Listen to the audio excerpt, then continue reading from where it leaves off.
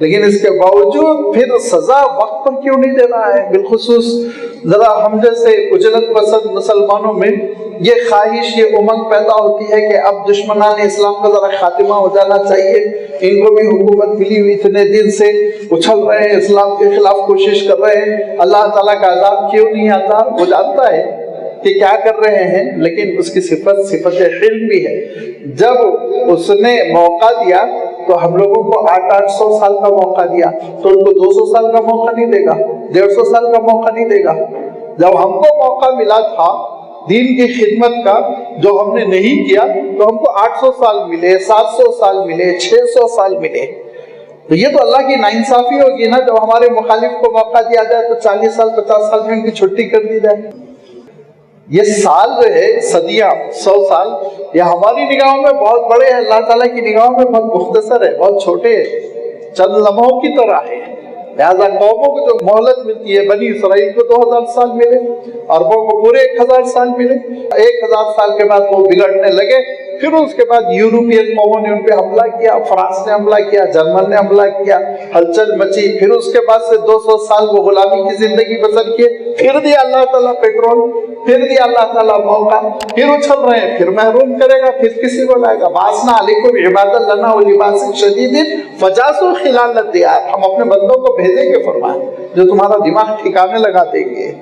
لہذا آپ ہندوستان میں آ جائیے، کتنا موقع ملا، آپ کے شہر میں آ جائیے، کتنے صدیوں تک آپ نے حکومت کی، تو آپ نے کیا اسلام کی خدمت کی؟ ذرا تاریخ کا جائزہ لیجیے اٹھا کر کہ آپ نے کیا اسلام کی خدمت انجام دے دی۔ لازمی بات ہے دوسرے فریق کو موقع ملے گا، وہ کرے گا۔ اور پھر اللہ تعالیٰ کا معاملہ یہ ہے کہ اللہ تعالیٰ پھر جب رات تاریک ہوتی ہے سورج کو نمودار کرتا ہے، انشاءاللہ خیر کے حالات آئیں گے۔ یہ اللہ تعالیٰ کی صفت ہے، صفت حلم۔ اور یہ صفت حلم کے سلسلے میں اللہ تعالیٰ ارشاد فرماتا ہے کہ دیکھو کیا کیا تم کوتاہیاں کرتے ہو، اور ان کوتاہیوں کی وجہ سے تم کو بڑی سزا ملنی چاہیے، لیکن اللہ تعالیٰ وہ سزا کو ٹالتا ہے۔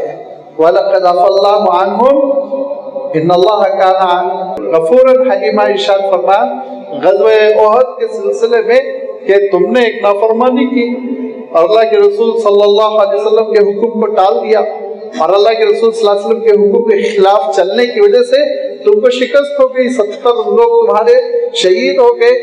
اس کے باوجود اللہ تعالیٰ تم کو معاف کر رہا ہے، کیوں؟ وہ ذات حلیم ہے، اس کے پاس حلم ہے، اس کے پاس معاف کرنا ہے، وہ جلدی فیصلہ نہیں فرماتا ہے۔ اللہ تعالیٰ ارشاد فرماتا ہے یہ کائنات چل رہی ہے، یہ زبردست قسم کی کائنات چل رہی ہے، جس میں بہت چھوٹا سا ہمارا گلوب ہے، بہت چھوٹا سا، جس کو اللہ کے رسول صلی اللہ علیہ وسلم نے تشریح کرتے ہوئے ارشاد فرمایا اتنا چھوٹا سا جیسے کہ ارشاد فرمایا ایک صحرا میں 1 روپے کا سکہ ہو، اتنا چھوٹا سا ہمارا گلوب ہے۔ اتنی زبردست کائنات لے کر اللہ تعالیٰ چل رہا ہے، اور یہ کائنات کو لے کر چلنے کے لیے اللہ تعالیٰ نے ایک سسٹم بنایا، وہ آپ جانتے ہیں گریویٹیشنل فورس ہے، جس کی وجہ سے یہ کائنات برقرار ہے۔ آپ کی دنیا اپنی جگہ پر ہے، اور پھر 9 سیارے اپنی جگہ پر ہے، سورج اپنی جگہ پر ہے، پھر یہ ہماری گیلیکسی اپنی جگہ پر ہے، پھر اس کے بعد سے یہ آگے جو اور بڑی بڑی گیلیکسیاں ہیں، اور ان گیلیکسیوں کا جو گروپ ہے، کلاسٹر، سب اپنی اپنی جگہ پر ایک فورس ہے۔ فرمایا یہ کون ہے جو ان کو پکڑا ہوا ہے؟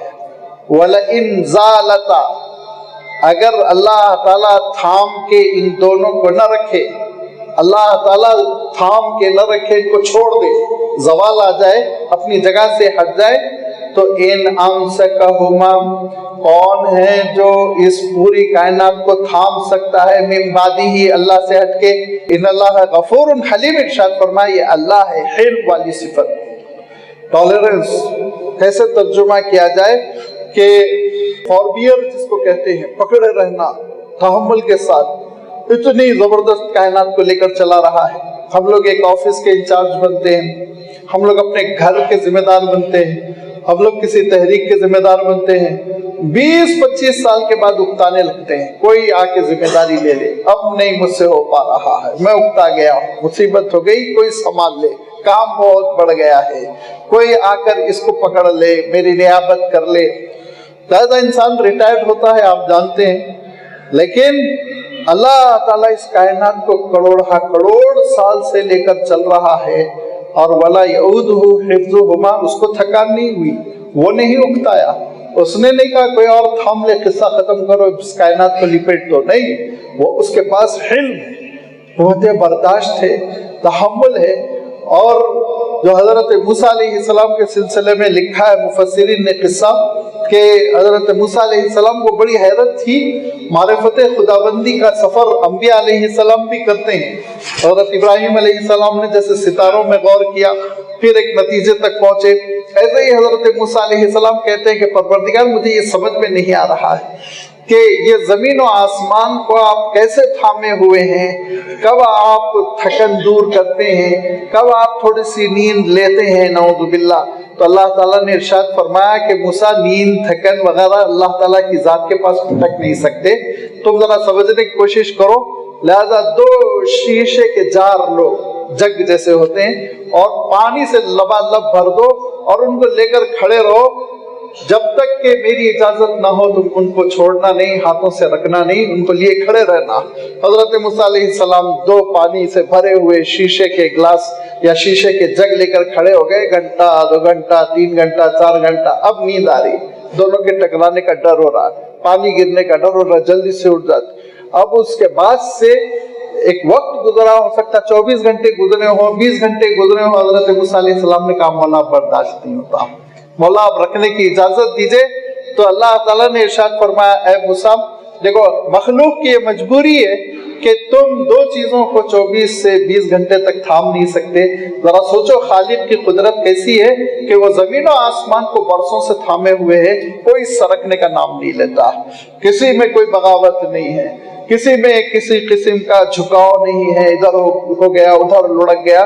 یہ اللہ تعالیٰ کی شان ہے، یہ اس کا علم ہے۔ اسی لیے اللہ تعالیٰ ارشاد فرماتا ہے کہ اللہ تعالیٰ تھاما ہوا ہے زمینوں کو، آسمان کو، آسمانوں کو، زمین کو، اور کون ہے جو اللہ سے ہٹ کے تھام سکتا ہے؟ وہی ہے جو بہت مغفرت فرمانے والا اور حلیم، بردبار، بہت ٹھنڈے دل کے ساتھ فیصلہ کرنا۔ یہ صفت، یعنی اللہ تعالیٰ کے ساتھ ہم یہ نہیں بول سکتے ٹھنڈے دل کے ساتھ فیصلہ کرنا، مگر ایسی صفت جو انسان ایک ٹھنڈے دل کے ساتھ فیصلہ کرتا ہے، جوش میں نہیں کرتا ہے، جلدی میں نہیں کرتا ہے، وہ صفت کا جو اصل ہے، اصل الاصول، وہ اللہ تعالیٰ کی صفت ہے حلیم، علم کی صفت۔ یہ وہ علم کی صفت ہے جس کے بارے میں اللہ تعالیٰ یہ ارشاد فرماتا ہے کہ اللہ تعالیٰ شکور حلیم ارشاد فرمایا۔ شکور انشاءاللہ اس کی میں تشریح کروں گا کہ اس دنیا میں نیکیوں کا سلسلہ چلا رہا ہے، حضرت آدم علیہ السلام سے کتنے اہل اللہ گزرے ہوں گے، کتنے انبیاء گزرے ہیں، کتنے رسول گزرے ہیں، کتنے شہداء گزرے ہیں، پھر صحابہ کا دور آیا، پھر اب ہمارا دور۔ یہ اللہ کے نیک بندے بھرے ہوئے ہیں الحمدللہ، لیکن اللہ تعالیٰ ارشاد فرماتا ہے اللہ تعالیٰ سب کی قدردانی کرنے والا ہے، حلیم، اور اللہ تعالیٰ کے پاس عجلت نہیں ہے، ختم ہو رہا ہے خزانہ دے کے چھٹی کر دو، عجلت نہیں ہے وہاں عجلت نہیں ہے، کہاں وہاں سکون ہے، وہاں یہ نعمتیں جاری رہنے والی ہیں، باقی رہنے والی ہیں۔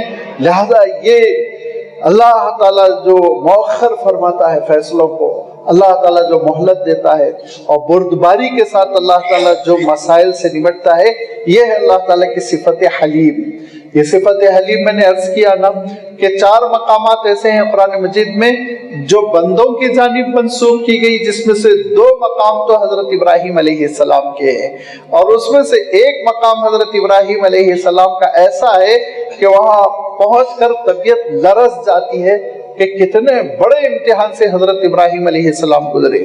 وہ اپنے والد کو بڑے چاہنے والے، وہ اپنی ماں کو بہت چاہنے والے، وہ اپنے خاندان کو بہت چاہنے والے، ٹوٹ کے محبت کرتے تھے، دل میں محبت بھری ہوئی تھی، لیکن حضرت ابراہیم علیہ السلام کی بات کو، آپ کی دعوت کو خاندان نے قبول نہیں کیا، یہاں تک کہ آپ کے والد نے کہا نکل پڑو یہاں سے، چلے جاؤ، یہاں رہنا ہے تو اس ملک کے کلچر کے مطابق تم کو جینا ہوگا۔ حضرت ابراہیم نے کہا کہ نہیں، میں تو توحید کے ساتھ ہی جیوں گا۔ کہا پھر وہجرنی ملیہ، نعوذ باللہ ترجمہ اس کا یہ چلتے بنو، نکل جاؤ، روانہ ہو جاؤ۔ حضرت ابراہیم علیہ السلام روانہ ہو گئے، اور روانہ ہوتے وقت حضرت ابراہیم علیہ السلام نے اپنے والد سے کہا کہ ابا میں ہمیشہ آپ کے لیے دعائے خیر کرتا رہوں گا، آپ کے لیے دعا کرتا رہوں گا، دعا میں آپ کو فراموش نہیں کروں گا۔ لہذا ہر روز حضرت ابراہیم علیہ السلام اپنے والد کے لیے دعا کرتے تھے، ہر روز دعا کرتے تھے، یہاں تک کہ سالوں گزر گئے اور سینکڑوں کلومیٹر دور ہے حضرت ابراہیم علیہ السلام، فلسطین کے علاقے میں ہیں، اور اس زمانے میں کوئی میڈیا نہیں ہے، کوئی فون نہیں ہے، کوئی خط و کتابت نہیں، کوئی رابطہ نہیں ہے، رابطہ ٹوٹا ہوا ہے۔ اور اسی اثنا حضرت ابراہیم علیہ السلام دعا کرتے ہیں، اے اللہ میرے والد کے ساتھ خیر کا معاملہ فرما، میری والدہ کے ساتھ خیر کا معاملہ فرما، میرے کنبے کے ساتھ خیر کا معاملہ فرما، ان کی مغفرت فرما۔ فرشتے نے آ کے آپ کے ہاتھوں پر ہاتھ رکھ دیا اور کہا آپ والد کے لیے آج سے دعا نہ کریں، آج سے آپ کو اجازت نہیں ہے کہ آپ اپنے والد کے لیے دعا کریں۔ حضرت ابراہیم نے کہا میں سالوں سے کر رہا ہوں۔ کہا ہاں اب تک وہ زندہ تھے، خیر کی امید تھی، اب شرک پر مر گئے، اب دعا کی اجازت نہیں ہے۔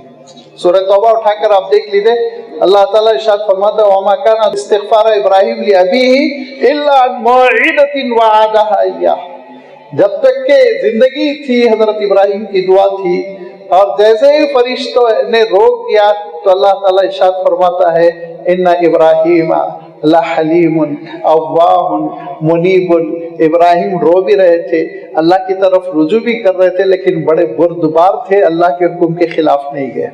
حلیم، ایک مقام یہ ہے حضرت ابراہیم کی یہ صفت بیان کی گئی۔ دوسرا مقام یہ کہ حضرت ابراہیم علیہ السلام دعا کر رہے تھے کہ اللہ گھر میں اگر فرزند تولد ہو جائے تو تھوڑا میری دعوت میں، میرے اس پیغام میں، میرے اسلام کی اس خدمت میں، توحید کے جھنڈے کو بلند کرنے میں وہ میرا تھوڑی بیکنگ کرے گا، میرے کام آئے گا، میری نیابت کرے گا، ولی عہد بنے گا، جانشین بنے گا۔ دولت نہیں ہے، محل نہیں ہے کہ میراث میں بچے کو دینا ہے، بلکہ دین کا مشن، جد و جہد اس کے لیے بیٹے کو میں لگا سکتا، بیٹا اگر ہوتا، اولاد اگر ہوتی، اولاد نہیں ہے۔ یہاں تک کہ حضرت ابراہیم علیہ السلام کی عمر مبارک 86 ایئر، 86 سال کی ہو گئی، اور 86 سال کے ہیں۔ حضرت ابراہیم کا معمول تھا کہ کھانا جو ہے تنہا نہیں کھاتے تھے، یہ مزاج ابراہیمی ہے، کھانا تنہا نہیں کھاتے تھے، کسی نہ کسی کو، کسی نہ کسی محتاج کو لے کر آتے اپنے دسترخوان پر، تب کھانا کھاتے۔ جبکہ انبیاء علیہ السلام 3 ٹائم کھانے کے عادی نہیں ہوتے تھے، جب شدید بھوک لگ جائے 2 دن بعد، 3 دن بعد، 24 گھنٹے بعد، 48 گھنٹے کے بعد، جو بھی گھر میں ہے اس کو کھجور ہے، جو کی روٹی ہے، کوئی ایسی چیزیں ہیں اس کو نکال لیا کرتے، کھا لیا کرتے تھے۔ تو حضرت ابراہیم علیہ السلام پر بھوک کا تقاضا تھا، آپ چاہتے تھے کچھ تناول فرمائیں، لیکن اکیلے کھاتے نہیں ہیں۔ تو حضرت ابراہیم علیہ السلام مہمان کا انتظار کر رہے تھے، اتفاقاً 4-5 مہمان چلے آئے، بڑے اجنبی، خوبصورت سے نوجوان، تندرست، صاف ستھرے کپڑوں میں۔ حضرت ابراہیم علیہ السلام بہت خوش ہوئے، مہمان آ گئے، ان کی خوب ضیافت ہونی چاہیے۔ لہذا وہ انڈین کلچر نہیں ہے، مہمان آ گئے تو گھر میں بچے سے کہلا بھیج رہے ہیں کہ ابا نہیں ہے بول دو، وہ نہیں ہے کلچر، یہ ہمارا ہندوستانیوں کا کلچر ہے۔ حضرت ابراہیم علیہ السلام اور ان کی نسل کا کلچر یہ ہے کہ مہمان کو سیدھے سے لگاؤ، خوشی کا الحفاوہ العربیہ کہتے ہیں، عرب خوش ہوتا ہے میرے گھر مہمان آ گئے۔ عربوں کا مزاج یہ تھا کہ اپنے گھر کے آگے چولہا سلگا کر بلا وجہ خالی دیگ رکھ دیا کرتے تھے، گزرتے ہوئے لوگ دیکھ دیکھ کر میرے پاس آ جائیں کہ یہاں دعوت ہے اور میں اس کو کھانا کھلاؤں۔ اس کو طارق اللیل کہتے تھے، رات میں آنے والا، والسماء والطارق، اللہ تعالیٰ نے ارشاد فرمایا۔ تو یہ عربوں کا مزاج کہاں سے آیا؟ ان کے جد امجد سے آیا نا، حضرت ابراہیم علیہ السلام سے۔ حضرت ابراہیم علیہ السلام نے فوراً بچڑا بنوایا، پورا بچڑا۔ اچھا ہوا وہاں ہندوستان کا قانون نہیں تھا، ورنہ گائے ذبح کرنے کا مسئلہ کھڑا ہو جاتا۔ بچڑا بنوا دیا حضرت ابراہیم علیہ السلام نے، فجاء بعجل حنیذ، بہترین بچڑا پورا بھون کر دسترخوان پر لایا گیا۔ کئی مہمان ہیں، صحت مند نوجوان ہیں، ذرا غذا اچھی لے کے۔ مہمانوں کا عالم یہ ہے، بالکل خاموش ادب سے بیٹھے ہوئے۔ حضرت ابراہیم علیہ السلام بار بار کہتے ہیں شروع کیجئے، شروع کیجئے۔ فَلَمَّا رَأَىٰ أَيْدِيَهُمْ لَا تَصِلُ إِلَيْهِمْ، جب حضرت ابراہیم علیہ السلام نے دیکھا مہمان گوشت کو ہاتھ ہی نہیں لگاتے، کھانے کی چیز کو ہاتھ ہی نہیں لگاتے، فَأَوْجَسَ مِنْهُمْ خِیفَةً، حضرت ابراہیم علیہ السلام کو اندیشہ ہوا کوئی بری نیت سے تو نہیں آئے جگمگ کرنے دشمن قتل کے ارادے سے. وہ زمانہ ایسا تھوڑی زمانہ ہے کہ پوری سیکیورٹی کا اہتمام ہو, لوگ ہیں بس آئے ہوئے ہیں بیٹھے ہوئے ہیں. تو حضرت ابراہیم علیہ السلام کے اس اندیشے کو وہ مہمان ٹاڑ لیتے ہیں, کہتے لا توجل. دوسری جگہ لا تخف, آپ گھبرائیے مت, ہم اصلاً انسان نہیں ہیں, ہم فرشتے ہیں. اللہ تعالیٰ نے ہم کو بھیجا ہے قوم لوط کی جانب. اللہ تعالیٰ نے ہم کو بھیجا ہے قوم لوط کی جانب کہ اس قوم نے بے حیائی میں حد سے تجاوز کر دیا ہے, حد آگے بڑھ گئی. اللہ تعالیٰ حلیم ہے, ان کو بہت مہلت دیتا رہا, بہت مہلت دیتا رہا. حضرت لوط علیہ السلام کو بہت ستاتے رہے, بہت ستاتے رہے. آخری مرحلے میں کہا کہ یہ لوط تو ہماری بستی کے ہے بھی نہیں, باہر سے آ کے بس گئے صدوم میں, لہٰذا ان کو پتھر سے مار مار کے بھگا دو, اس کے بعد ہم اپنی زندگی آرام سے گزار سکیں گے, یہ انٹرفیئر ہونے والا کوئی نہیں رہ جائے گا.